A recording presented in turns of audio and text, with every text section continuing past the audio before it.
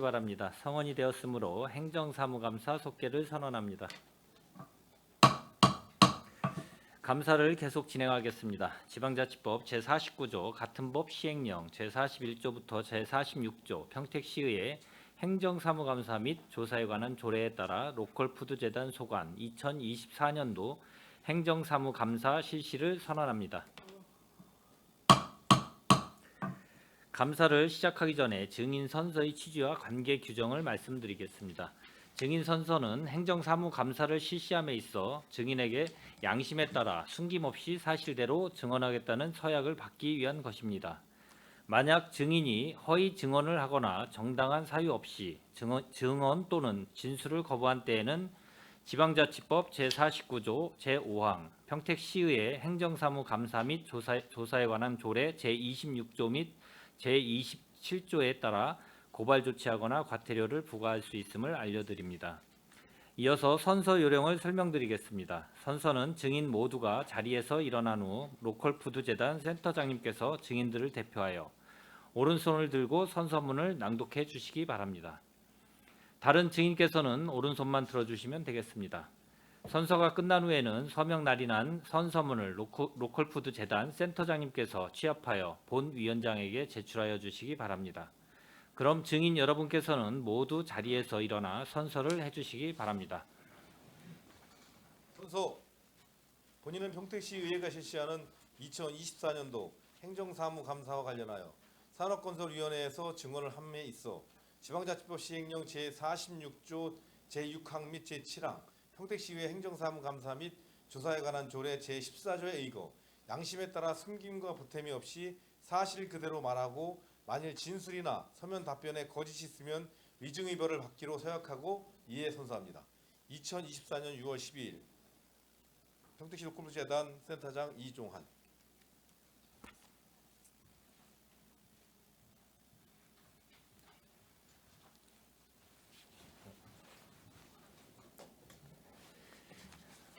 모두 자리에 앉아주시기 바랍니다. 로컬푸드재단 소관 업무보고는 서면으로 가름하겠습니다. 계속해서 로컬푸드재단 소관 감사 질의를 실시하겠습니다. 질의하실 위원님이 계시면 거수를 신청하여 주시고 페이지를 말씀하여 주시기 바랍니다. 강정구 위원님 질의하여 주시기 바랍니다. 강정구 의원입니다. 로컬푸드재단 우리 이종환 센터장님을 비롯해서 저 임원 그리고 직원 여러분들 지난 한 해 평택시 농업발전을 위해서 수고해 주신 데 대해서 감사를 드립니다. 오늘 행정감사를 맞이해서 제가 지적하는 그런 잘못된 행정들은 시정하고 제가 정책을 제안하는 것들은 시정에 적극적으로 반영해 주시기 바랍니다. 저 또한 로컬푸드 집행부의 잘못된 정책에 대해서는 가감히 지적하고 그 대안을 제시하는 행정사무감사가 되도록 노력하겠습니다. 지금부터 로컬푸드재단에 대한 행정사무감사를 실시하겠습니다. 일단 우선 그 질의에 앞서서 먼저 제가 짚고 넘어가야 될 게 하나 있어서 먼저 질의를 좀 드리겠습니다. 이번 고덕점이죠, 그렇죠? 잘 진행되고 있습니까, 로컬푸드? 네, 지금 현재 6월 17일 날 제가 오픈을 예정하고 있습니다. 다음 주 월요일. 근데 이제 조금 고덕점을 이제 개장을 하면서 조금 잡음이 있는 것 같습니다. 그 민원들도 조금 들어오는 게 있고요. 지금 현재 위치에 들어오기 전에 혹시 다른 건물을 알아본 적이 있었습니까? 지난번에 우리 예산 확보할 때요, 의원님들하고 계속 예. 이제 같이 의논들 했었잖아요. 그래서 가격하고 위치하고 이런 것들을 좀 어디냐부터 해서 계속 이제 의논을 협의를 하던 거에서 예산까지 이제 의원님들 통과시켜 주셔갖고 집행을 하려고 하는데 이제 그 이사회에서 이제 의결을 저희도 또 받아야 되거든요. 근데 이제 이사회에서는 이제 거기보다는 다른 데가 낫지 않냐는 게 이제 이사분들의 의견들이 많아가지고 그래가지고 이사회에서 이제 어쨌든 기존에 이제 의논했던 데가 안 되고 다른 곳으로 이제 선정하는 것들이 의결이 돼가지고 그쪽으로 옮겨지게 됐습니다. 위치가. 제가 좀 이해가 좀 안 되는 부분이 있는데, 그러니까 의회에 보고했던 A라는 건물을 그 선택한 것이 아니고 이 사이에서 지금 현재 들어가는 B라는 건물 쪽으로 선택을 해서 들어갔다는 겁니까? 아니면 예, 아니면 A라는 건물을 그동안 쭉 알아보고 있었었는데 저희 의회에 들어올 때는 B라는 건물을 갖고 저희한테 얘기를 해서 그 건물에 대한 그 임대료라든가 이런 것들을 책정해서 지금 현재 들어가게 된 겁니까? 정확하게 좀 말씀 좀 그러니까 한번 해주시죠. 처음에 의회에도 이제 보고 드리고 그랬던 데는 A라는 건물이었는데 이제 그 가격이나 이런 것들도 좀 같이 협의도 하고 그때 뭐 평수도 같이 이제 의회에서도 손아명 의원님도 얘기하시고 그래갖고서 이제 같이 협의가 이제 어디쯤이라고 얘기를 해서 이제 진행이 됐었어요. 그래서 예산도 그 정도 선에서 확보가 되고 그랬었는데 그 이제 이사회에서 그 위치를 보고 농가들이 접근하기도 불편하고 그러니까 다른 곳으로 좀 옮겼으면 좋겠다는 의견들이 나왔어요. 그래서 이제 예산은 그때까지만 해도 어쨌든 뭐 저희가 그 계약을 하거나 그런 건 아니었지만 좀 거기하고 계속 협의를 하던 중이었었는데 이사회가 이제 A라는 건물에 대해서는 좀 불편한 점도 많고 하니까 다른 데로 옮겨줘라 하는 요구들이 있어가지고 그러니까 B라는 건물로 해서 가격은 이제 거의 같게 책정이 됐고요.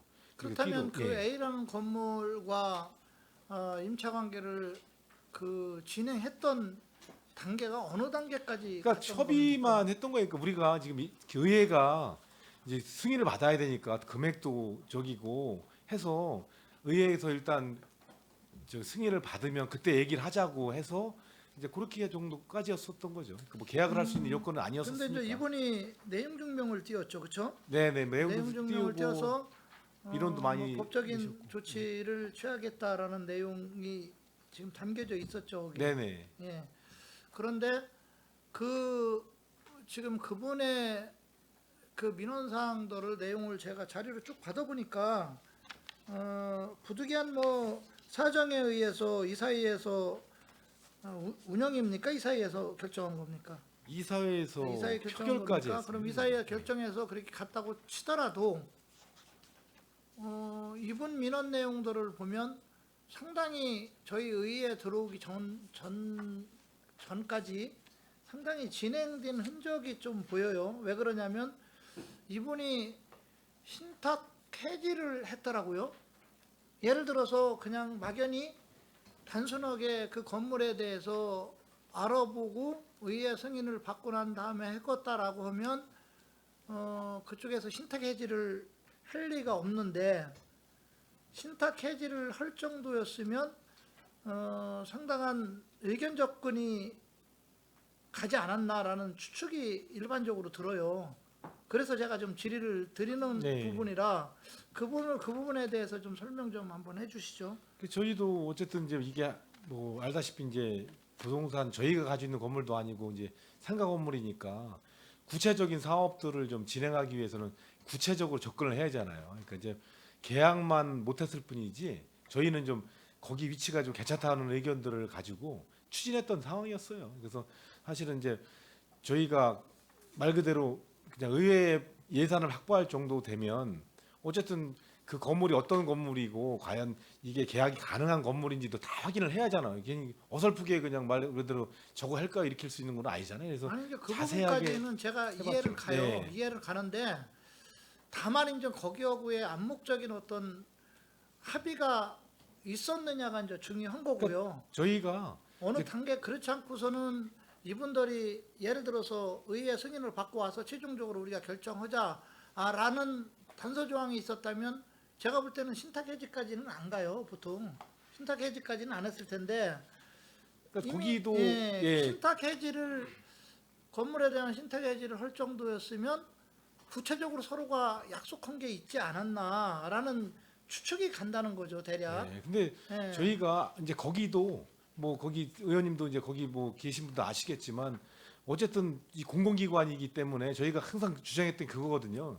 이게 어떠한 변수가 있을지 모른다. 뭐 저희 입장에서는 거기만큼 최적한 데라고 저희는 생각을 하는데 이게 말 그대로 의회에서도 통과가 안 될 수 있는 변수가 있고 또 말 그대로 이사회도 안 통과될 수 있는 변수가 있고 여러 가지 변수가 있지만 저희는 이게 그러한 변수가 없으면 여기가 최적지라고 생각한다 했었을 때 거기도 어쨌든 이제 그런 준비를 했던 거죠. 공공기관이기 때문에 어쨌든 무리만 없으면 큰 문제만 없으면 그쪽으로다가 좀 선택해 주길 바라는 입장에서 거기도 이제 했던 것들이고 뭐 저희도 저는 예. 지금 이게 이제 뭐 A라는 데서 B라는 데로 간 부분에 대한 자잘못을 지금 제가 좀 지금 질의를 드리는 게 아니에요. 네. 그 부분이 아니고 다만 신탁 해지를 할 정도의 단계에서 지금 이제 A라는 건물에서 B라는 건물로 가다 보니까 물론 이제 B라는 건물로 가다 보면 아까 마냥 이사이나 어떤 그런 절차에 의해서 갔겠죠 당연히.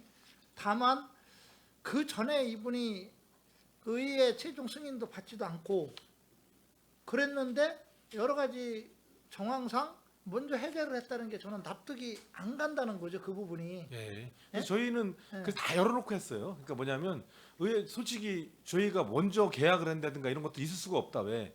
의회 승인도 없이 우리가 하는 거는 이건 위법한 행위고 해서 그런 것까지 다 열어놓고요. 저희가 큰 문제만 없으면 그렇게까지 해서 열어놨던 건데 거기도 이제 거의 막판이고 해서 이제 저희 그런 의지를 보여주기 위해서 이제 신탁 해지까지 했었는데 뭐 이사회에서는 위치에서 있어서 문제가 있다고 해서 이제 부결이 됐었고 또 이제 저희도 이사회에서도 또 이제 직접 만났어요. 거기 그 건물주분들을. 근데 그래서 거기 또 이 내용들을 쭉 보면 뭐 이분 얘기만 들을 수는 없어요, 그렇죠? 그러나 뭐 여자 이사분에 대한 언급이 많이 나와요 한 분에. 그쪽에 직원인가요? 여자 직원인가? 아니 직원이 아니고 뭐 저희 이사입니까? 이사분이시면서 예, 예, 뭐 그분에 저기 대한 계시면 언급이 예. 좀 많이 나오고 이게 상식적으로 봤을 때는 조금 그 이해가 안 되는 측면이 분명히 있다. 시야 어떻게 됐든 뭐 유리한 쪽으로 가야 되는 건 맞는 거고요. 다만 이게 공공기관이라는 측면 또 그분들도 시민일 수도 있다라는 측면에서 놓고 보면 서로에 대한 최소한의 어떤 그 기본 예의선은 지켜줘야 되는 부분들이 있는데 이분들이 그 의회 최종적인 승인이나 어떤 변수가 있다라는 거를 충분히 감안할 수도 있는 부분에서 그게 통과가 되고 나서 신탁해지를 해야 되는 게 맞는데 그 전에 했다는 걸 보면 이제 우리가 3자 입장에서 이렇게 봤을 때는 이게 깊숙한 어떤 논의가 있지 않았는가라는, 그러니까 확답을 거의 뭐 도장만 안 찍었지 확답은 거의 준 게 아닌가라는 어떤 그런 의구심이 약간 든다는 거죠. 네. 그런 부분 때문에 제가 질의를 드린 거고 이거로 인해서 또 이제 뭐 내용 증명에서 그치면 다행인데 또 이로 인해서 이제 소송이 이제 만약에 그 진행이 되고 이런 절차들이 온다고 하면 또 뭐 그거에 대한 승소 여부를 떠나서 시의 공공성 확보라는 측면에서 보면 일정 부분 또 훼손되는 측면도 있을 수 있다. 그렇죠. 그러고 또 그 대상들이 평택 시민이 될 수도 있다라는 측면에서 보면 이건 한 번 정도는 짚고 넘어가야 되지 않나라는 측면에서 제가 좀 질의를 드린 겁니다. 네. 예. 그러니까 앞으로 좀 대응을 좀 잘 해주시기를 좀 바라겠습니다. 네, 알겠습니다. 그 화면 좀 잠깐 좀 하나 띄워줘요. 예.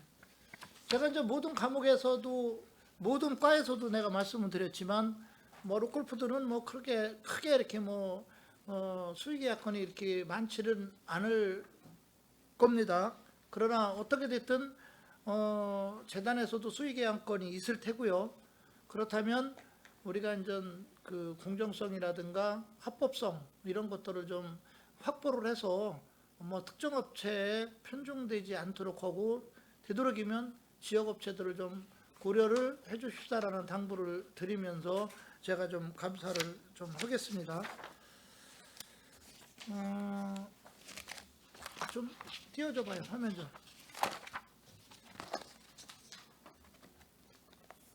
제가 아까도 그 농업기술센터 이제 질의를 하는 과정에서 좀 그 말은 했었는데 설명은 지금 보니까 2023년도 이렇게 작년 기준으로 해서 5성점에다가 이제 식품을 공급하는 생산자가 282명이에요. 그렇죠? 그런데 좀 확대 좀 한번 해줘요.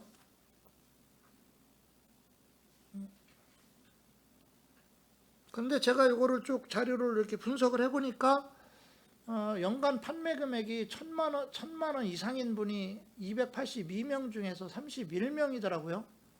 그 다음에 이제 1,000만 원 미만이 251명이고, 또 연간 판매액이 100만 원 미만인 분이 이제 149명이고요.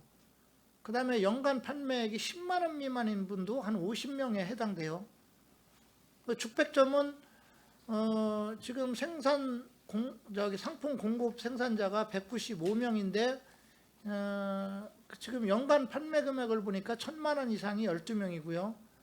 연간 판매 금액이 1,000만 원 미만인 사람이 183명이에요. 연간 판매 금액이 이제 100만 원, 지금 표기가 좀 잘못됐는데요. 1,000만 원이 아니고 100만 원입니다. 세 번째 칸, 100만 원 미만인 분이 104명이에요. 그 다음에 연간 판매 금액이 10만 원 미만인 분이 22명이고요. 물론 이 중에는 오성정과 죽백점에 다 들어가시는 분들이 있으니까, 예를 들어서 A라는 분이 100만 원 그렇지 판매 대금이 있다 하더라도 또 죽백점에서 100만 원 하면 200만 원이 되겠죠. 그런 케이스는 분명히 있을 겁니다. 그러나 어떻게 됐든 지금 이 자료만 놓고 보면 일단은 로컬푸드의 전체적인 그 현황을 감안을 했을 때 생산자도 그렇게 많은 편은 아니라고 보고요. 더 확보를 해야 될 부분이 좀 있는 것 같고요. 그 다음에 크게 이제 로컬푸드의 역할이 이제 두 가지잖아요. 하나는 뭐냐면 농민들의 어떤 수익 증대를 하는 측면이 하나가 있고요. 또 하나는 그 농민들이 생산한 것을 신선한 생산품들을 우리 시민들한테 이제 공급해 준다는 측면도 분명히 있습니다. 그러면 지금 제가 자료로 지금 제시한 이것만 단순히 놓고 보면 과연 우리 농민들한테 로컬푸드 재단의 규모에 비해서, 그리고 운영비에 비해서 과연 얼마만큼의 농민들이 혜택을 가는가라는 부분에서 보면 좀 의구심을 갖는다.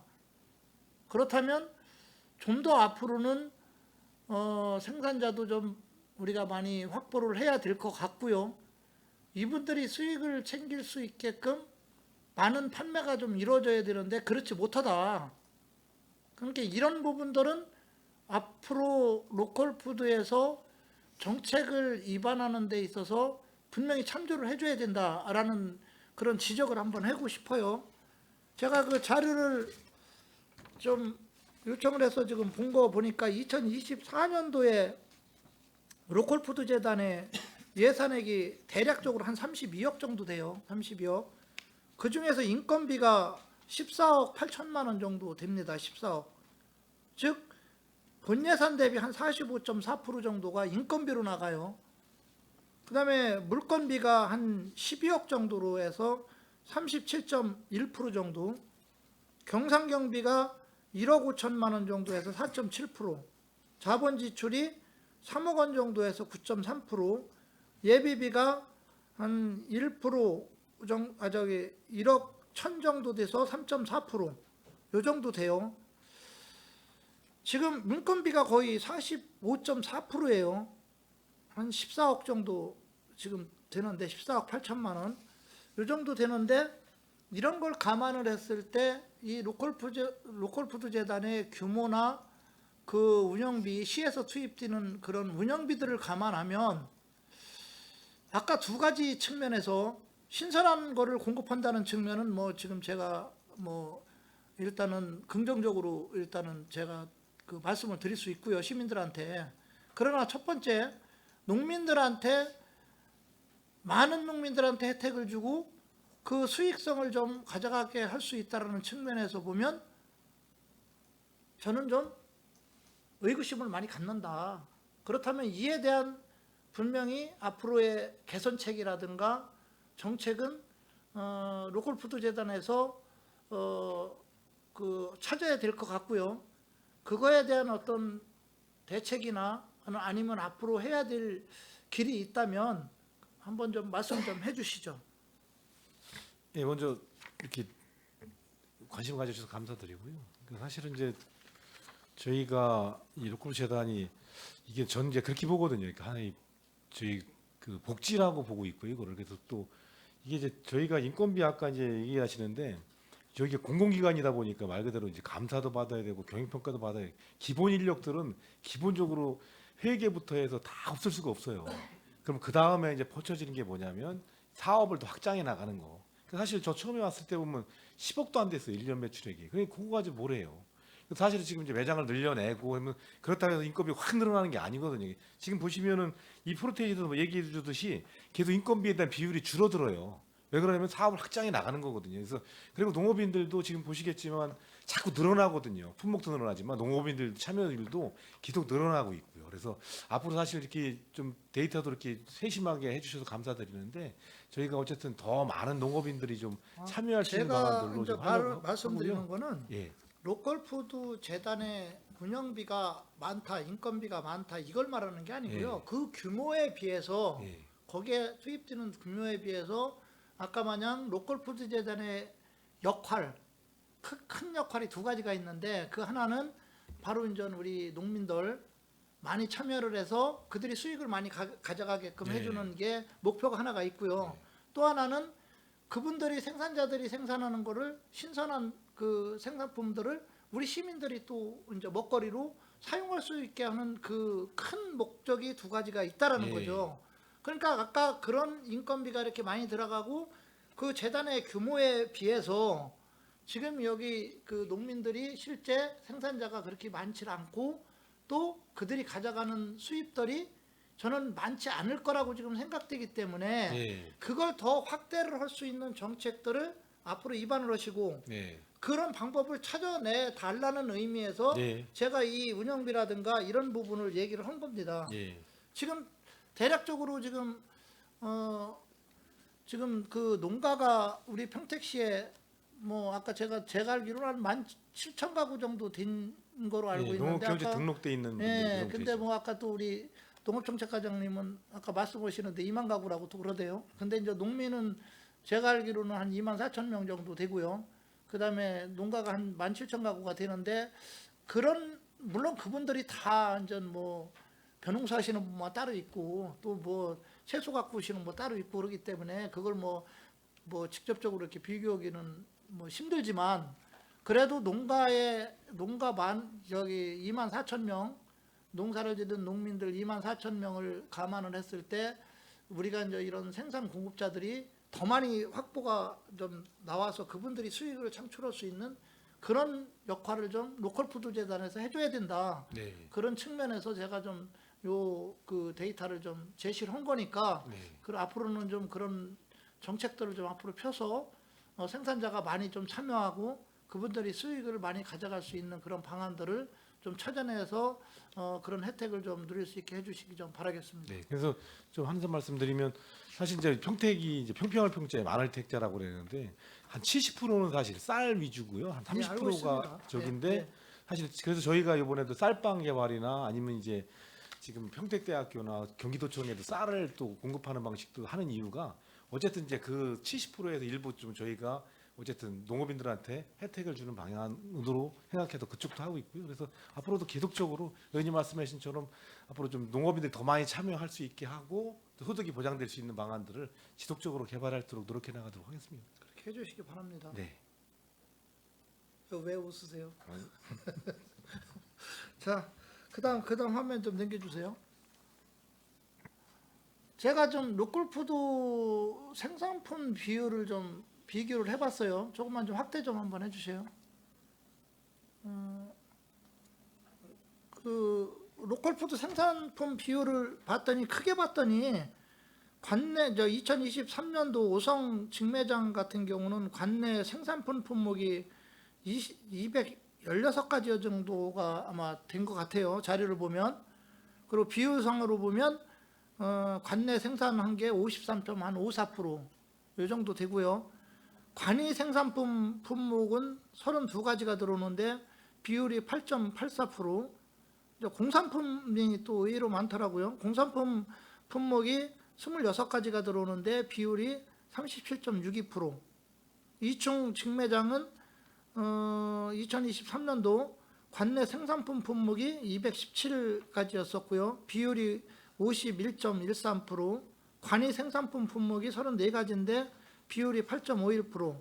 공산품 품목이 26가지가 들어왔는데 비율이 40.36%예요. 그 다음에 2023년도 죽백 직매장을 보니까 관내 생산품 품목이 215가지였었는데 비율이 53.26. 관이 생산품 품목이 32가지인데 비율이 8.92%. 그 다음에 공산품 품목이 26가지였었는데 비율이 37.82%예요. 과연 이 비율들이 어떻게 적정하게 이제 그 비율로 오느냐에 따라서 좀 생산자들이 수익도 창출하는 부분들이 좀 달라질 수 있을 것 같아요. 그러면 그동안 그 센터장님으로 활동을 하면서 경험한 바로는 비율을 어떻게 적정하게 좀 가야 그 골고루 생산자들 모두가 골고루 좀 많이 수익을 창출해서 갈 수 있는 비율로 갈 거라고 이렇게 생각하시는지 좀 말씀 좀 한번 좀 해주십시오. 이제 저희가 사실은 이제 농산물 이제 특히 이제 우리가 말하는 신선품들이요, 뭐 채소나 이제 모든 것들은 이제 다 저희 지역에 있는 것만 한정돼 있고요. 이제 그다음에 이제 늘 의원님들 얘기하시는 이제 구색이라고 해서 오시면 이제 상추만 사는 게 아니라 뭐 다른 것들도 막 요구 사항들이 많으세요. 이제 소비자분들이. 근데 저희가 최대한 사실 거긴 억제하면서도 이제 쉽게 관내랑 약간 섞여 있는 부분들이 좀 일부 있어서 그런 거고요. 사실은 이제 나오는 농산물들은 거의 이제 지역산으로 한정돼 있고요. 저희가 지금 계획하는 게 또 뭐냐면 하나는 이제 저희가 농업인들한테 기름값이 저렇게 가려고 이제 매장별로 이제 배달하는 시스템도 도입했듯이 앞으로 이제 그런 방식을 도입하려고 해요. 지금까지는 이제 농업인들이 와서 이제 매장에다가 이제 농산물을 깔아놓으면 판매하는 방식에서 이제는 좀 매입 방식도 좀 도입을 해서 만약에 수박이 좀 나오는 시절이다라면 그때 좀 농업인들 걸 수박을 확 사서 저희가 딱 깔아서 어쨌든 수도도 확장해 주는 방식. 그래서 일단 저희 시에서 평택시에 있는 농업인들이 생산한 것들을 주로 판매하는 방식으로 그렇게 좀 최대한 노력해 나가도록 하겠습니다. 그래서 이게 지금 사실은 이제 관내 품목 이런 것들은 뭐냐면 뭐 우유라든가 이렇게 공산품들이 있어요. 근데 그런 것들은 또 어떻게 뭐 우리 내에서 생산 안 되는 것들이 있거든요. 그런 거 구색 차원에서 하고 지금 저희가 상품선정위원회에서도 최대한 줄이려고 해요. 근데 이제 거기 안에 보면 자세히 들여다보면 또 이제 사회적 기업들도 좀 일부 들어가 있고 그래서 이제 그런 것들은 어쨌든 최대한 절제하면서 또 나름대로 지역에 있는 농산물들을 좀 더 최대한 팔 수 있는 방안들도 하고 또 위치도 되게 중요하거든요. 그래서 판매 위치들도 가장 중심에는 우리 지역에 있는 농산물을 배치하고 그렇게 해서 이제 판매를 하도록 하겠습니다. 그리고 또 저희가 어쨌든 이제 학교급식을 아직 출발을 못 하고 있는데 그쪽도 어쨌든 통해서도 어쨌든 지역의 농산물들을 좀 최대한 좀 보급할 수 있는 방안으로 그렇게 해 나가도록 하겠습니다. 이게 생산품에 관련된 부분들은 우리 기획생산팀장님이 담당하시는 건가요? 저기 배치하고 그런 것들이요. 예. 예. 그리고 예를 들어서 품목이 들어오고 그러는 거. 예, 그것도 이제 거기서 저희 상품선정위원회에 운영하는 게 기획생산팀에서 운영하고 있죠. 우리 저기 기획생산팀장님은 제가 무섭게 느껴지시나 봐요. 나를 쳐다보지도 않고 제가 좀 물어보는데 밑에만 쳐다보고 계시는데 아니죠? 저 부드러운 남자예요. 예? 근데 이제 제가 좀 예를 들어서 2023년도 오성 직매장만 놓고 보더라도 관내 품목이 216가지인데 비율이 53.54% 정도인데 거기를 또 세밀히 들여다보면 그 품목 중에서도 많이 들어오는 게 있고 나머지는 그냥 진짜 지금 우리 센터장님 얘기한 것마냥 구색 맞추기로 들어오는 경우가 대다수더라는 거죠. 예를 들어서 216가지 중에서 전체 수익이 1,000만 원이다 그러면 예를 들어서 뭐 몇 개 품목이 뭐 700만 원, 800만 원 차지하고 예를 들어서 나머지는 200만 원 뭐 200까지 거의 가까운 것들이 뭐 그냥 200만 원밖에 안 되는 이런 형태로 가는 어떤 분석 구조가 좀 나오더라는 거죠. 그러면 이런 부분에 대한 것도 우리 아까 기획생산팀장님 내가 왜 그 담당이냐고 물어봤냐면 이런 부분들도 세밀히 한번 그 분석을 해서 이게 과연 골고루 수익이 가져갈 수 있으면 그런 방법들을 좀 찾아야 된다라는 거죠. 예를 들어서 216명 중에서 뭐 예를 들어서 뭐 5-6명만 수익을 왕창 가져가고 나머지 뭐 예를 들어 200명이 넘는 분들이 거의 수익이 안 생긴다면 뭐 그 생산품 그 넣으시는 생산자들이 많기는 하지만 실제 수익을 가져가는 사람은 몇 명 안 되는 구조가 나오면 이건 바람직한 현상이 아니다. 그러니까 그런 것들을 어떻게 개선할 것인가에 대한 분명히 분석이라든가 이런 연구들은 우리 기획생산팀장님이 좀 하셔야 된다. 얘 좀 목소리 오늘 처음 들어보는 것 같아요. 그렇게 부드럽게 말씀하시면 되고요. 제가 지금 이렇게 말씀드리는 거는 제가 뭐 이렇게 우리 센터를 뭐 질타하기 위해서 그런 게 아니고요. 어떻게 됐든 로컬푸드 재단이 운영이 되면 아까 마냥 두 가지 측면에서 우리 이제 신선한 먹거리를 시민들한테 제공하는 것도 있고 또 우리 생산자들이 되도록이면 많이 참여를 해서 농민들이 수익을 많이 가져가는 부분들을 그런 부분을 끊임없이 연구를 해야 되는 역할이 바로 로컬푸드 재단이에요. 그렇기 때문에 제가 이런 주문을 좀 드리는 겁니다. 이해하셨죠? 예, 그렇게 좀 해주세요. 자, 그 다음에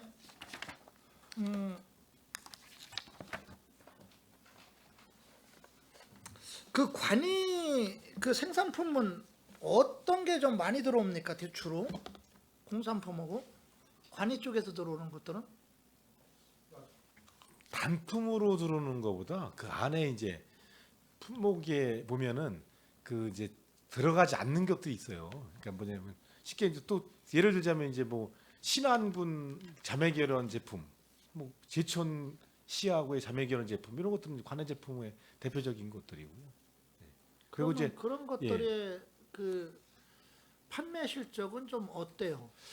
그렇게 많이 팔리진 않아요. 사실은 관내 품목들 중에서 사실은 아까 이제 몇 개 품목 얘기하신 이유가 뭐냐면 왜 우리도 가면은 주력 마트 가봐도 주력 품목 있잖아요. 뭐 그런 식으로 저희도 몇 가지들 좀 저기지 그렇게 관내 품목 중에 많이 팔리고 그런 것들은 그래서 아까도 제가 좀 언급을 했지만 우리 생산자가 좀 농민들이 그 많이 좀 생산자로 참여를 해서 그분들이 수익을 많이 가져가는 게 그게 이제 가장 바람직한 현상인데 현실은 사실은 뭐 그렇지 못한 또 현실이 지금 있으니까 그런 데서 고민이 좀 많이 온다는 거고요.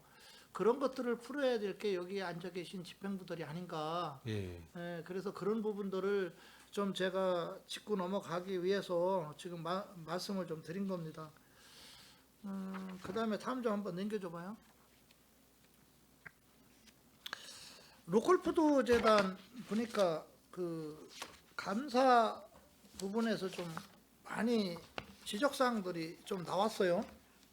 몇 가지인지 혹시 아세요? 총 몇 가지 감사 지적받았는지 작년도에? 보니까 21가지를 받았더라고요. 시정이 8가지고 주의가 9건이고 개선이 2가지고 권고가 하나 통보가 하나 해서 21건 이렇게 받더라고요. 그 주요 내용들을 이렇게 보니까 조금만 좀 확대 좀 해봐요. 글씨 좀 보이게.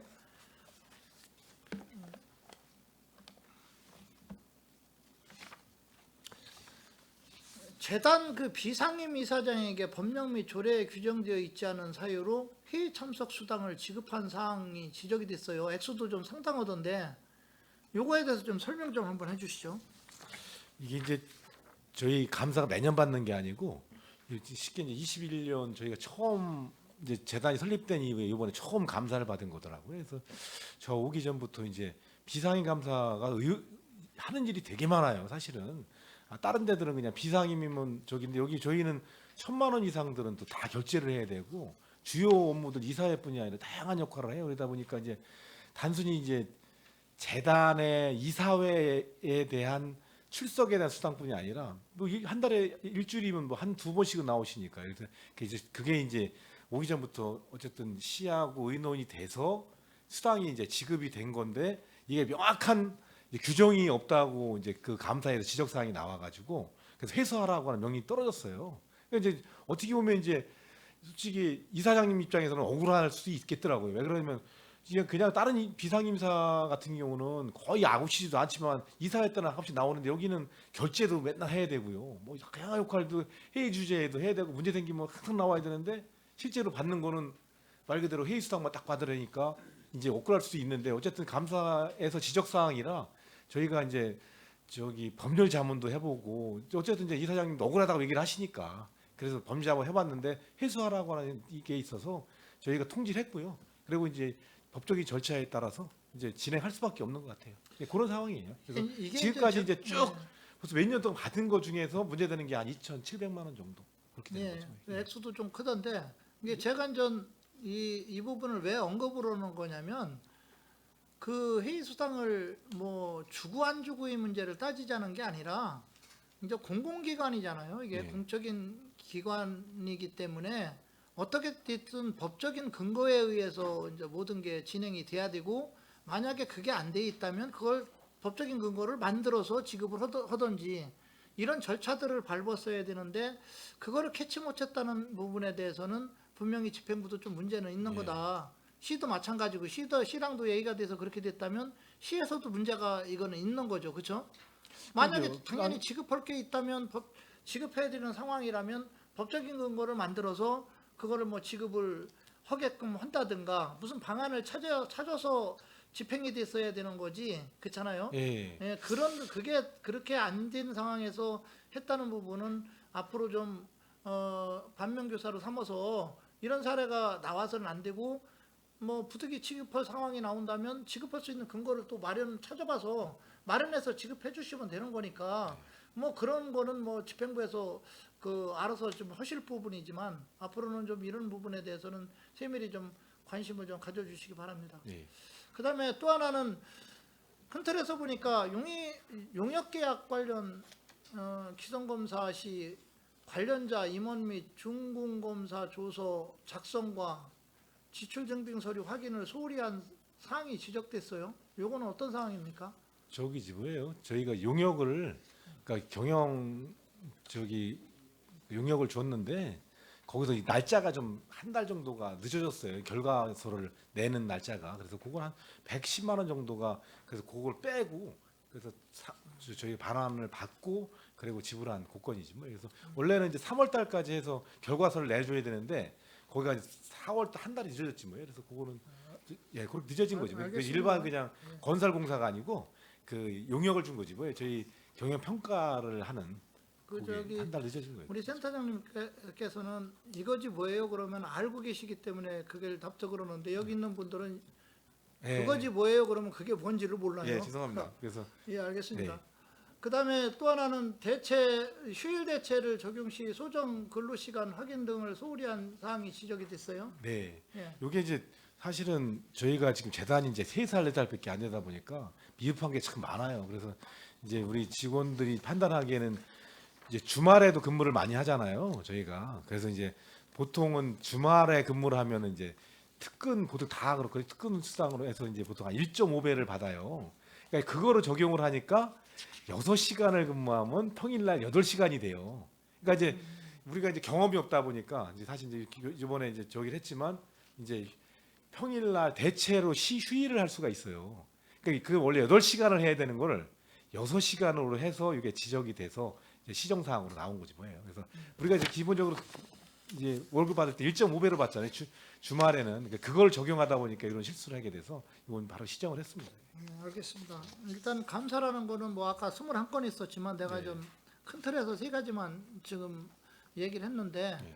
이 감사라는 거는 일단 뭐 지적을 당한 순간은 잘못된 부분이기 때문에 당연히 고쳐야 되는 부분도 있고요. 또 하나는 앞으로 그러지 말라는 의미가 있기 예. 때문에 이런 그 건들이 나오지 않도록 예. 그렇게 좀 잘 해주시기를 좀 바라겠습니다. 네, 알겠습니다. 그다음에 그 로컬푸드 재단에서 임원 변경 등기 지연으로 인해서 과태료를 받은 게 있었습니까? 네. 이게 어떤 사항입니까? 그러니까 이게 어려운 게 재단이라는 데가 이제 주가 이사 저기잖아요. 이사분들이 이제 비상임이세요. 그러면 이제 오늘 갑자기 이사를 가버려요. 그럼 주소가 변경이 되잖아요. 그럼 15일 안에 요거를 주소를 빨리 바꿔줘야 되는데 이게 바꾸면 그게 막 통보도 늦어지는 경우가 생기고 막 그러잖아요. 뭐 이런 건들이 막 누적되는 버리는 거지 뭐예요. 그건 이제 그 과태료를 물게 되지 뭐예요.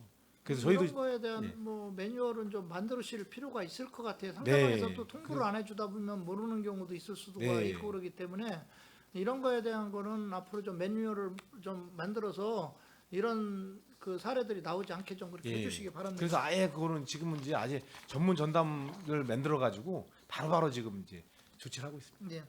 그다음에 그 올해 그 성과 보고서 어로 이제 전략 목표로 해서 한 8가지를 세웠던 것 같아요. 맞습니까? 그 성과 보고서 달성 현황은 어떻게 됩니까?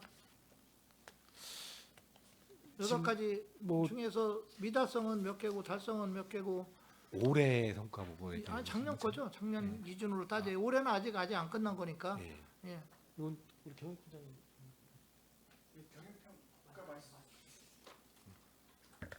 네, 지금 경영평가 이제 경영 저번 평가가 아니고요. 달까지 했어요. 항상 이제 부서에서는 1년에 전략 목표를 세워서 몇 가지를 세워서 이것만큼은 꼭 달성해야 되겠다라고 하잖아요. 예, 예, 예. 그러고 나서 이제 연말에 가면 결산 검사 받을 때 성과 보고서를 이제 몇 개를 달성했는지가 나오잖아요. 그게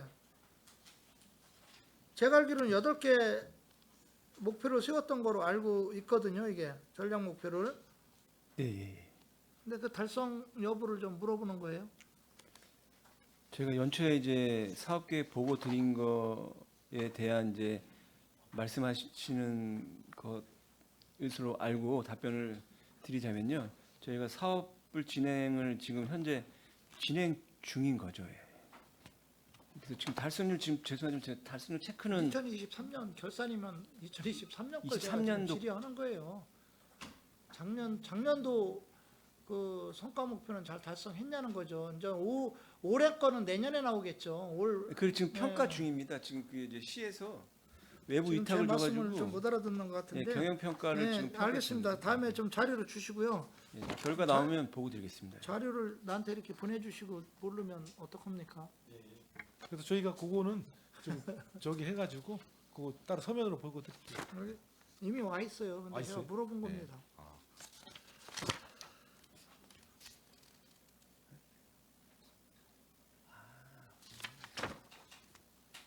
지금 그 예비비를 얼마 정도 쓰고 있나요? 그 로컬푸드 재단? 올해 말씀하시는 거예요? 예. 지금 예비비 집행률은 한 6% 정도 되고 있습니다. 제가 확인한 걸로는 금액은 5월 말까지. 얼마 정도 잡고 있어요? 예비비로. 올해 예비비가 이제 1억 1,200인데요. 예. 예, 여기서 이제 한 절반 조금 못 되게 집행되고 있습니다. 자본 금액은 얼마고요? 자본 지출이요? 아, 자본 금액. 자본 금액이요? 예. 저희가 이제 설립할 때 자본금은 이제 1,000만 원. 출연금 아니 지금 현재 자본금이 얼마냐는 거죠. 거기서 그 예비비를 얼마로 잡아놨을 거 아니에요, 그렇죠? 그렇게 예비비는 저희가 잡는 게 아니고요. 그 이제 예산을 세울 때 인건비, 사업비 세울 때 그때 이제 예비비를 저희가 수립을 합니다. 지금 제가 예산을 물어볼 때는요, 예. 현재 예산을 말하는 게 아니고요. 네, 네. 그 2023년 거를 기준으로 지금 물어보는 거예요. 왜 그러냐면 그래야 네. 이게 이제 부채 비율이라든가 자본이라든가 이런 것들은 올해는 진행되기 때문에 올해 거는 내년도나 파악할 수 있는 거고요. 아, 예, 예. 예, 2023년 기준으로 해서 자본 금액이 얼마고 그 예비비는 얼마로 잡았고 금융 부채가 얼마인지 이제 그 부분을 물어보는 거예요. 그래서 제가 물어보고자 하는 거는 자본 대비 부채 비율이 얼마 정도 되느냐를 좀 물어보려고 제가 지금 이 질의를 한 거예요. 네, 네. 저희가 모르세요? 23년도 연말 부채는 제 정확한 금액은 이제 1억 얼마인데 그거는 이제 저희가 농가에 지급해야 될 금액이 대부분입니다. 저희가 금융 부채나 이런 거는 그게 비금융 예, 부채라는 거죠? 예, 그렇습니다. 예. 그러니까 저희가 이제 정산을 다음 달에 해주지 않습니까? 그러니까 농가에 지급할 금액이 거의 대부분이고요. 금융 부채는 저희가 뭐 제가 금융권에 부르는 건 없습니다. 대략 자료를 보니까 그 2023년도 결산 기준으로 해가지고 자본 금액은 뭐 대략 한 6억 5천 정도 되는 것 같아요. 네, 그다음에 그 비금융 부채가 한 1억 정도 조금 넘고요. 그래서 네, 맞습니다. 자본 대비 부채 비율이 16.55%예요. 이게 좀 적정하다라고 생각하시나요? 그게 그러니까 부채는 일반 회계에서 말하는 이 부채하고 저희가 틀려요. 그러니까 뭐냐면 그냥 우리가 말하는 부채라는 거는 12월 달에 농가들이 판매를 근데 해줬으면 그러니까 갚을- 비금융 그게 이제 부채라고 그랬잖아요. 제가. 예, 그거는 뭐 비금융 부채라고 부채고 볼 수가 없고요. 그냥 그다음 1월 달에 그냥 나가야 될 돈들이라 이거를 부채 비율로 이렇게 환산하기에는 좀 무리가 있는 것 같아요. 이 회계 자체가 일반 회계하고는 확 틀리더라고요. 저도 그래서 이게 잘 처음에 이해가 안 갔었는데 쉽게 그냥 뭐 말 그대로 어디서 빚을 끌어오고 이런 것들이 아니라 12월 매 2023년도 말이면 2024년도 초에 가잖아요. 그 전달에서 그 다음 달에 이제 그렇죠. 갚아야 될 돈이 부채를 센터장님, 잡히더라고요. 예. 자꾸 그렇게 가면요, 제가 전투력이 상승이 되려고 그래요. 아니 그러면 이 자료는 그러면 직원들이 저희한테 허위 자료로 보내주는 겁니까? 아니 그 농가 줄 돈입니다. 그 부채는. 아니 그러니까 이 자료 주는 게 네. 지금 센터장님이랑 자꾸 얘기를 틀리게 하고 이 자료 준 거랑 틀리게 나오면 아니 그렇게 말씀하시는 거예요. 예? 아니 틀린 게 아니고 그러면- 농가 줄 돈이라고. 그 예, 아니 그러니까 농가 줄 아까 돈인데 비금융 부채라고 여기 예, 근데 이제- 지금 X가 왔잖아요. 예, 맞습니다. 그렇잖아요. 예, 맞습니다. 저는 자료를 가지고 얘기하지 자료를 갖지 않은 걸 가지고 얘기를 하는 게 아니에요. 아.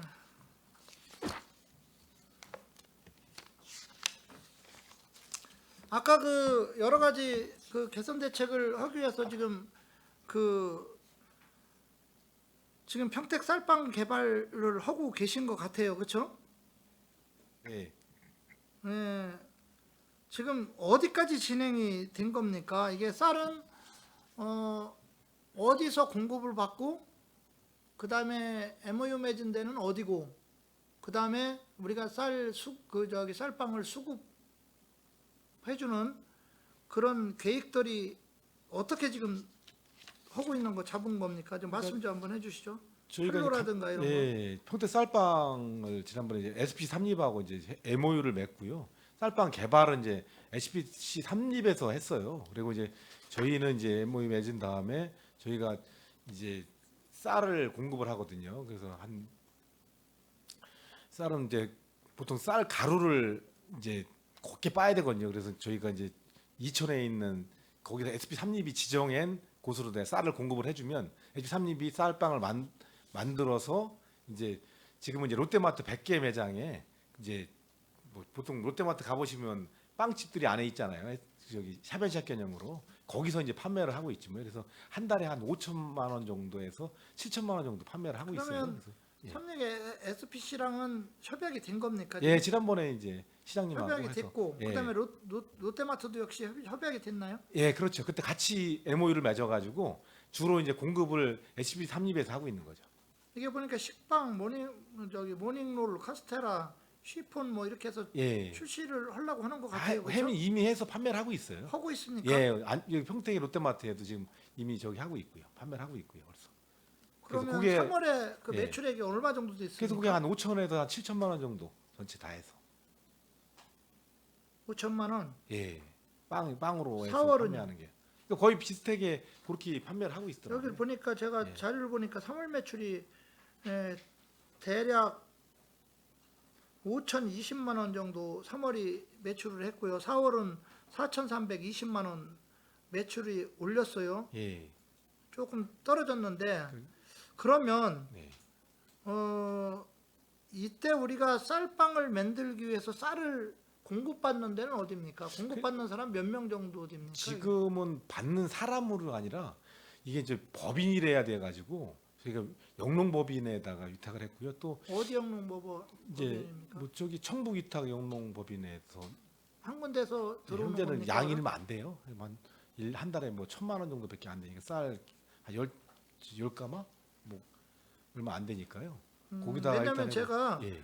자료를 좀 쌀 공급받는 곳 더구에 어떤 그 협약서 좀 보내달라고 그랬는데 협약서가 안 왔어요. 그래서 내가 지금 질의를 드린 거고요. 예. 그러니까 지금 한계업소랑 지금 그 공급 계약을 맺어서 쌀은 공급을 받고 있는 거고, 그렇죠? 예. 그러면 이거를 어디서 만드는 겁니까? 만드는 거는 저기는 과자는 어디서 만드는 거예요?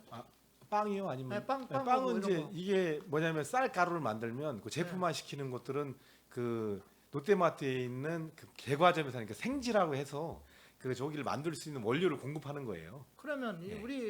우리가 그러면 저기 그쪽에다가 이제 공급하는 게 예. 쌀만 공급하는 거죠. 쌀만 공급하는 겁니까? 예, 그렇죠.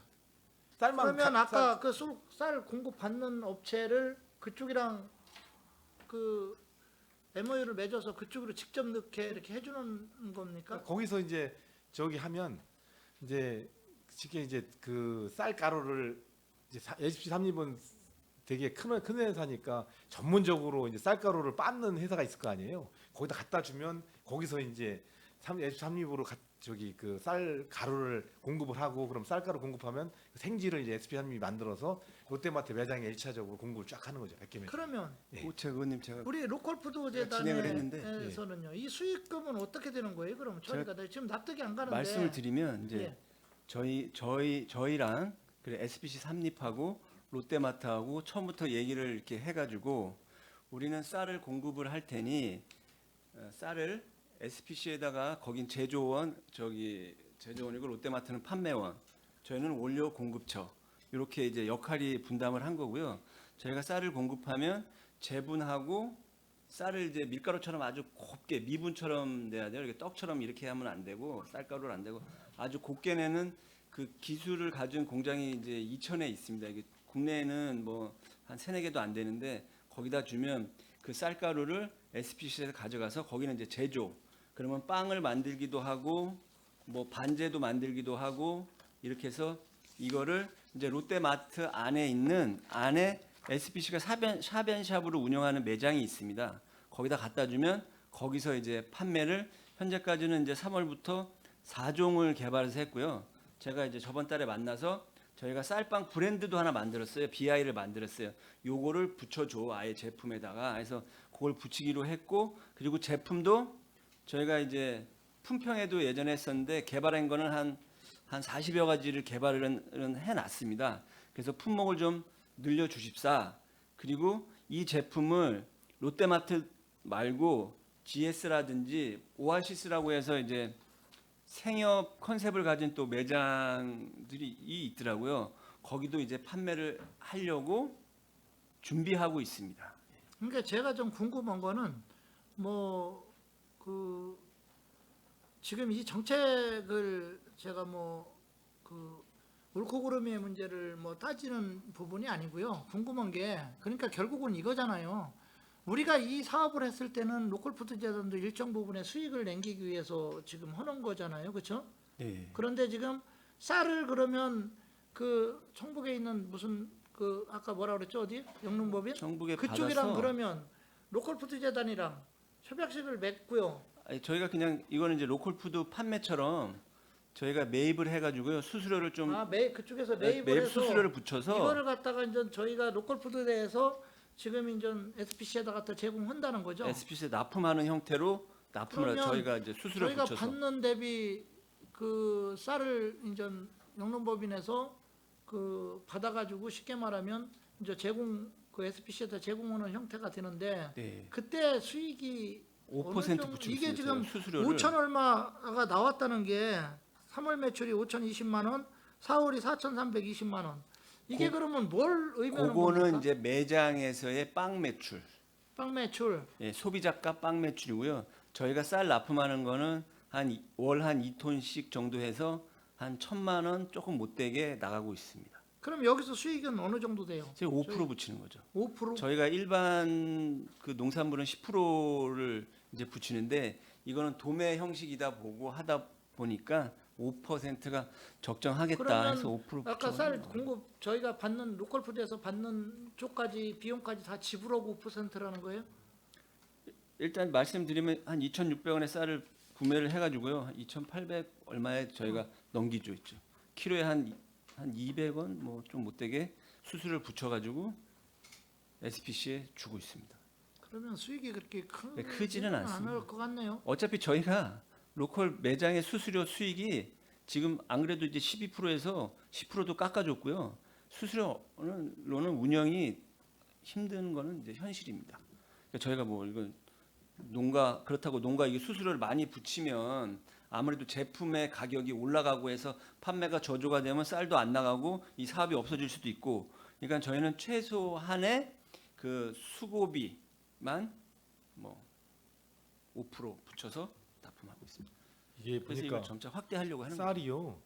이 빵쌀은 지금 1,200원에 공급해 준대요. 다른 데들은. 그러니까 SPC도 계속 가격 낮춰달라고 하는 얘기들 계속 하고 있는. 저희는 이제 밥상용 쌀로 나가거든요. 결국은 뭐 수익도 수익이지만 결국은 이제 쌀 소비를 많이 네, 쌀 소비. 하는데 목적이 있잖아요. 맞습니다. 그렇다면 거기에는 취지에는 뭐 지금 뭐 그 공급받는 걸 떠나서 공급도 많은 여러 공급자들로부터 받아서 주면 그분들의 또 수익도 생기는 부분들이 있기 때문에 네, 네. 팔로도 예, 예. 그게 바람직한 현상이 아닌가라는 게 그냥 일반적으로 제 생각이 네, 그런 그래서 생각이 저희가 들어요. 이제 품목도 근데 지금 이제 늘리려고 하고 있고. 한쪽만 받고 있다고 그랬잖아요, 그렇죠?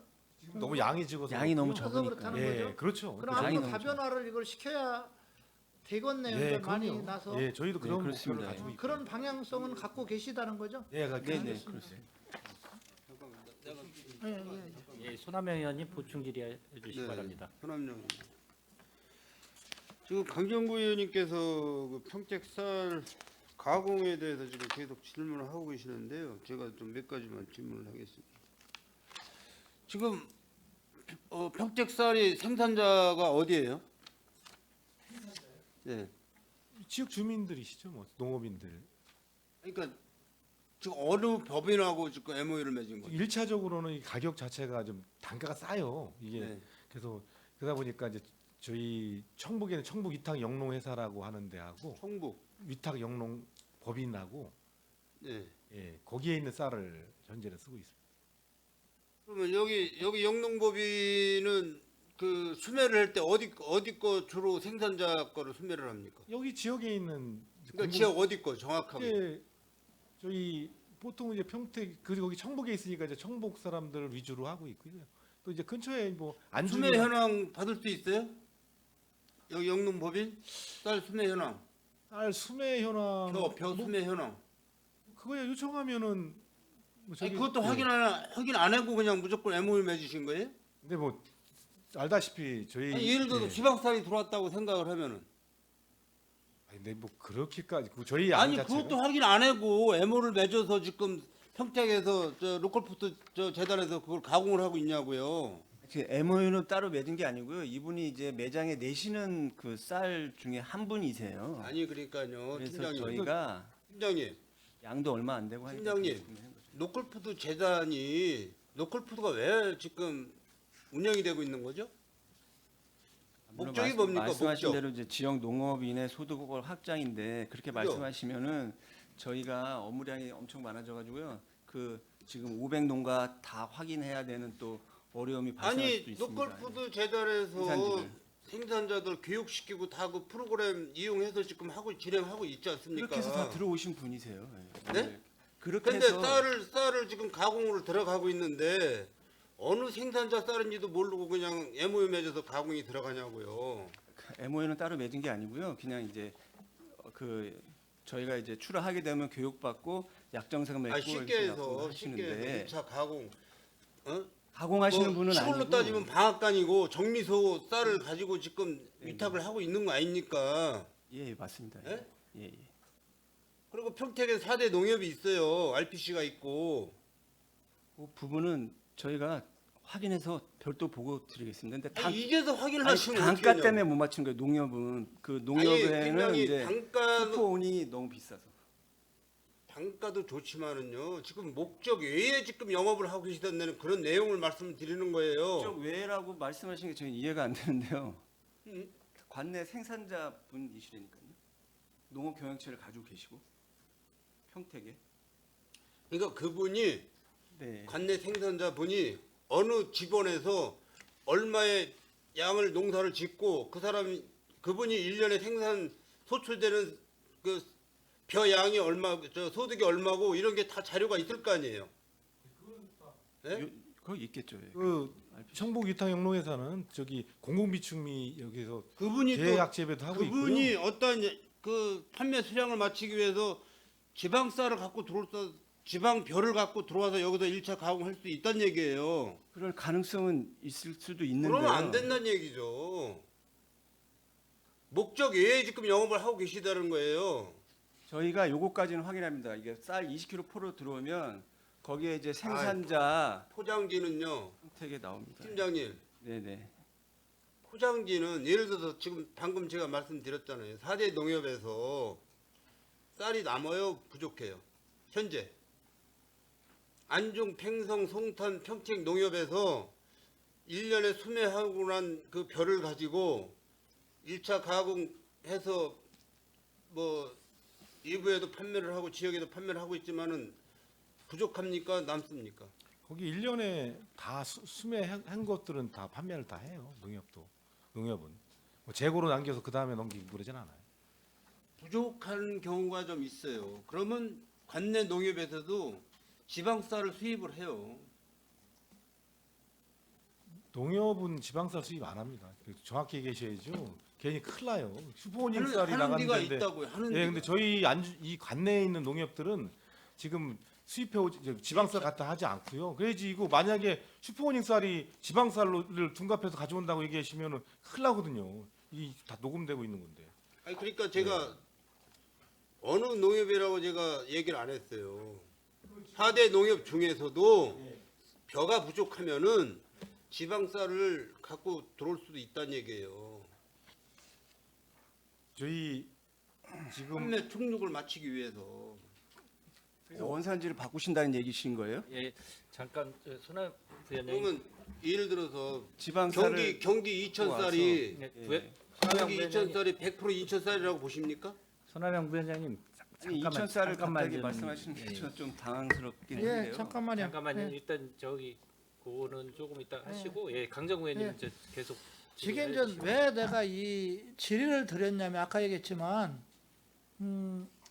그 어떻게 됐든 이제 그 삼립 SPC를 통해서 쌀의 어떤 판로 개척들을 좀 하시고 농가 수입을 올려주는데 이게 목적이 있잖아요, 그렇죠? 네, 그렇습니다. 그렇다면 이제 우리 아마 손하명 의원님은 그런 의미였던 것 같아요. 일단 이제 협약서를 쓸 때 그게 이제 진짜 평택에서 생산한 쌀이냐라는 부분에 대한 투명성 요거를 좀 한번 그 짚어주신 것 같아요. 예, 그건 뭐 당연한 거고요. 왜냐하면 평택에 있는 쌀을 쓰는 거에 대해서는 뭐 우리도 누구도 뭐 이의 제기를 안 하니까요, 그렇죠? 그런데 이제 이게 지금은 판매 대금이 그렇게 판매가 이렇게 많지 않기 때문에 한쪽에서 들어오지만 본래는 이게 이제 어떤 한쪽에 들어오는 건 바람직하지 않고 여러 명의 혜택을 볼 수 있는 그런 구조로 가야 이 사업의 목적에 맞는다는 거예요. 그렇잖아요. 그렇지 않고 뭐 판매량도 적고 한쪽 사람만 이렇게 팔고 그러다 보면 또 아까 마냥 오해의 소지로 생각하는 사람들도 있을 수가 있기 때문에 이거를 좀 활성화를 시켜서 본래 취지 목적대로 뭐 좀 이 평택 쌀로 만드는 제빵들이 많이 나가서 생산자들도 많이 좀 참여할 수 있게 좀 그렇게 하고요. 그래서 평택 쌀이 소비가 되는 그 본래 목적대로 좀 해 주십사 해서 제가 이 문제는 좀 짚고 넘어가는 거예요. 이해하시죠? 예. 하나 더 질의를 좀 드리겠습니다. 지금 그 로컬푸드 재단 농산품하고 화훼 같은 경우는 기존 수수료가 12%였었죠, 그렇죠? 맞죠? 네. 그다음에 농산 가공품이 15%였고요. 네. 요게 지금 인전 농산품하고 화훼가 10%로 그다음에 농산 가공품이 13%로 2%씩 이게 이제 다운해서 지금 시행하고 있습니까? 할 계획입니까? 네, 시행하고 있습니다. 시행하고 네. 있습니까? 지금 로컬푸드 적용 대상이 몇 군데죠? 저희 저기 수수료 적용 대상이요. 예. 지금은 사실은 이제 저희가 수수료에 대한 민원이 계속 발생했는데 못했던 이유가 이제 안중농협이 동의를 안 했었거든요. 근데 이번에 5월 달부터 이제 동의가 돼서 하는 거거든요. 그래서 실제로 저희 재단에 있는 3개소하고 그다음에 이제 안중농협하고 그렇게 해서 이제 4개소가 현재는 이제 대상이죠. 이게. 제가 왜 이 문제를 좀 문제 제기를 하냐면 생산자들이 수익이 아까도 얘기했지만 많이 남게 골고루 좀 많이 가게 한다는 취지에서 보면 수수료 낮추는 부분에 대해서는 전혀 이의 제기할 생각이 없습니다. 저는 당연히 그렇게 가야 된다라고 하고요. 그런데 공공기관에서의 정책을 피다 보면 그 정책으로 인해서 또 여파가 그 파생이 될 수도 있어요. 그런 것도 감안해서 그거를 최소화시키는 게 올바른 정책이거든요. 예를 들어서 로컬푸드에서 그 우리 시민들을 위해서 수수료를 지금 농산품 화훼가 12% 받던 거를 예를 들어서 1%로 받는다. 1%로 그렇게 결정을 했어요. 시민들 좋죠. 저희들도 뭐 그렇게 뭐 또 그 제공하시는 생산자분들이 수익이 많이 나니까 좋죠. 근데 문제는 그렇게 가다 보면 예를 들어서 로컬푸드 재단이 수익이 안 나요. 적자가 나요. 예를 들어서. 그러면 어서 우리가 좀 보존을 받습니까? 시로부터 당연히 그 금액만큼 또 뭐 출자를 받든 어찌든 받겠죠. 그 재원을. 그쵸? 그러니까 공공기관은 별 의미가 없어요. 예를 들어서 시 재산을 갖다 투여를 하더라도 어떻게 됐든 그 로컬푸드 재단만큼은 문제가 안 돼요. 시민들 좋고. 근데 문제는 이렇게 가다 보면 예를 들어 민간 영역은 어떻게 되느냐 이거예요. 예를 들어서 지금 안중농협이 있고 뭐 그다음에 어디가 있다 그랬어요? 고덕 파머스 마켓? 만약에 이제 이런 데들은 예를 들어서 이제 낮춰줬을 때 수수료를 낮춰줬을 때 생산자들은 좋은데 이분들이 만약에 적자가 났어. 만약에 로컬푸드에서 내려가지고 여기도 같이 가야 되지. 그렇지 않으면 뭐 비싼데 누가 가겠어요? 그럼 만약에 적자가 났어. 그러면 이 사람들은 그 적자를 어디서 보존을 합니까? 예를 들면. 그래서 사실은 이게 뭐 알게 되면 막 농업인들도 터무니없이 막 이게 요구사항이 작년 재작년부터 계속 있었던 이유가 뭐냐면 가까운 인근의 화성이나 다른 시들도 운영을 하고 있잖아요. 그러니까 거기가 10%대예요. 근데 그러다 보니까 우리한테도 왜 화성이나 안성이나 이런 그 인근들은 다 했는데 우리는 왜 안 내쳐주냐는 요구들이 사실은 일리가 있잖아요. 그래서 제가 사실은 말하는 또 거는 충분히 저기거든요. 이해를 하고요. 그 예. 부분은 제가 충분히 감안해서 질의를 드린 거고요. 제가 말하는 거는 수수료를 인하한 게 잘못됐다는 뜻이 아니에요. 그러면 이로 인해서 민간 영역은 분명히 손해보는 데가 있잖아요. 그렇죠? 그럼 여기에 대한 대책도 같이 방안이 나왔어야 된다는 거죠.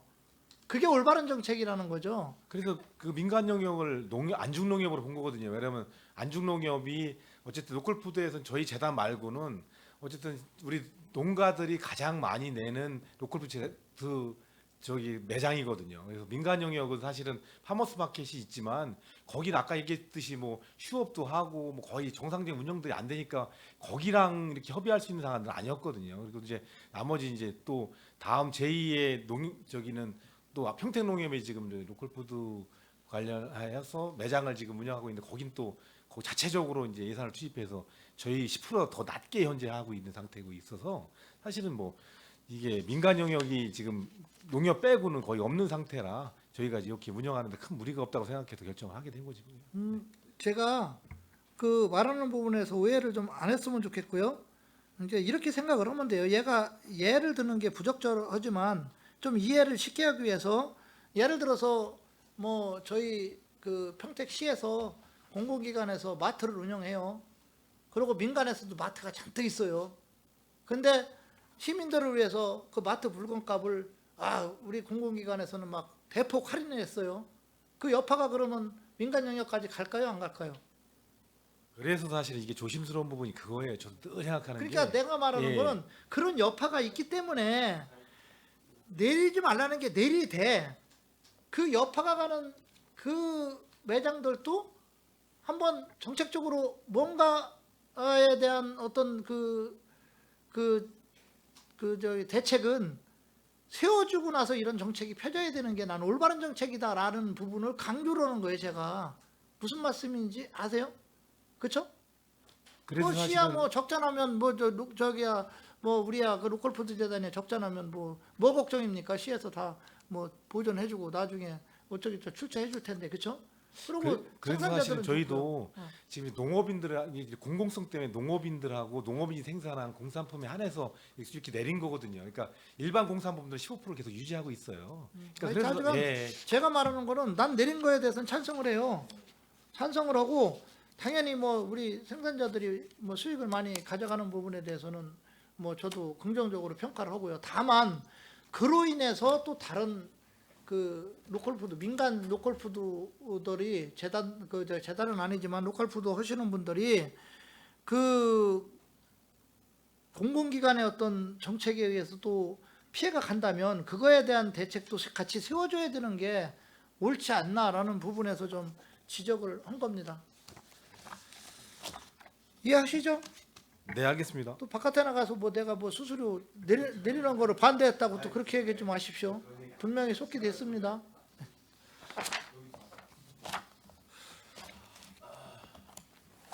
고생하셨고요. 제가 오늘 좀 질의 드린 부분은 할 것도 좀 많고 그러신데 좀 질의 드린 거는 이게 뭐 꼭 그 질타의 목적이 아니라 앞으로 로컬푸드 재단이 잘 활성화가 돼서 또 정책을 잘 피셔서 본래 목적인 우리 농민들, 생산자들 수익을 좀 많이 가져가게 하고 또 그분들이 많이 참여해서 농민들이 골고루 혜택을 가게 해주고 또 그로 인해서 또 그분들이 그 제공하는 것으로서 시민들은 건전한 또 싱싱한 그런 먹거리 문화를 가질 수 있도록 그렇게 해 달라는 의미에서 지적한 거니까 이거를 뭐 질타의 개념보다는 앞으로 방향성을 잡는데 좀 제언으로 받아줘서 방향성을 잡는데 좀 도움이 됐으면 하는 그런 생각을 좀 해봅니다. 우리 기획생산팀장님 그렇게 하실 수 있죠? 또 아까 마냥 또 대답도 않고 가만히 있을 것 같아서 예 알겠습니다. 이상입니다. 예, 강정구 의원님 수고하셨습니다. 예, 시간이 많이 좀 늦었는데 일단 질의하실 의원님들이 많이 계시기 때문에 일단 좀 원활한 회의 진행과 석식 시간을 좀 갖기 위해서 잠시 감사를 좀 중지해야 될 것 같습니다. 예, 위원 여러분 이의 있습니까? 예, 이의가 없으므로 오후 19시까지 감사 중지를 선언합니다.